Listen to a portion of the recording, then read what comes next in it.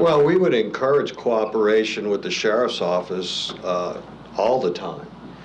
The fear of deportation is not a realistic fear in Jefferson Parish because we have been very engaging with the immigration department relative to U visas.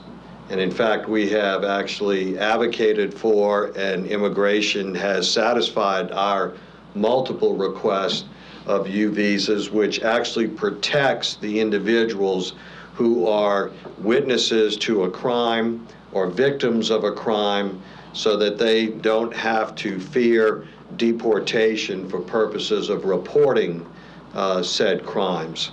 And we have advocated for many victims here who were here illegally for purposes of bringing hardened impact criminals to justice in the application of the U visa program. So you would say for sure that nobody should be afraid to call 911 under any circumstance if they have not, if they don't have a criminal record. If you have information and you want to report it anonymously, you tell 911 that you want to remain anonymous. What's important to us is the collection of the information that may lead to evidence or otherwise. And so we've always encouraged, whether you're a citizen or a non-citizen, if you want to remain anonymous, to tell 911 that you want to remain anonymous.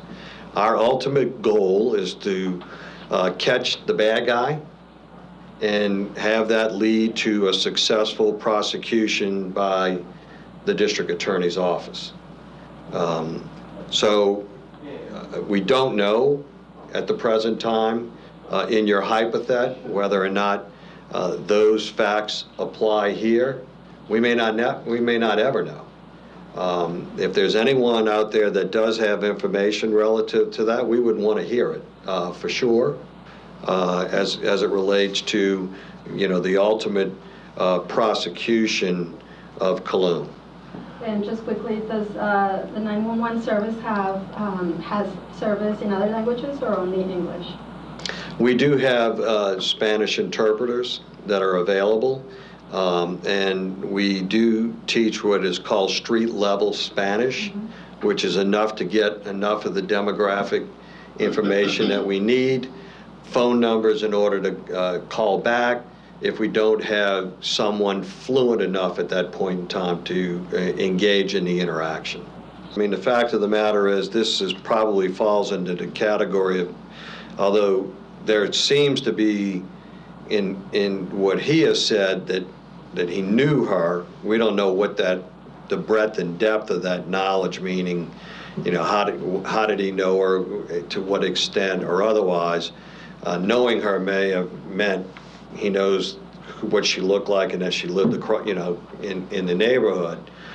You always want to be aware of your surroundings, you know, and in fact, you know, part of the challenges that we have with complexes is that you can have a very transient number of residents moving in and out all the time, you know, and that always presents its challenges in what we do from an enforcement standpoint.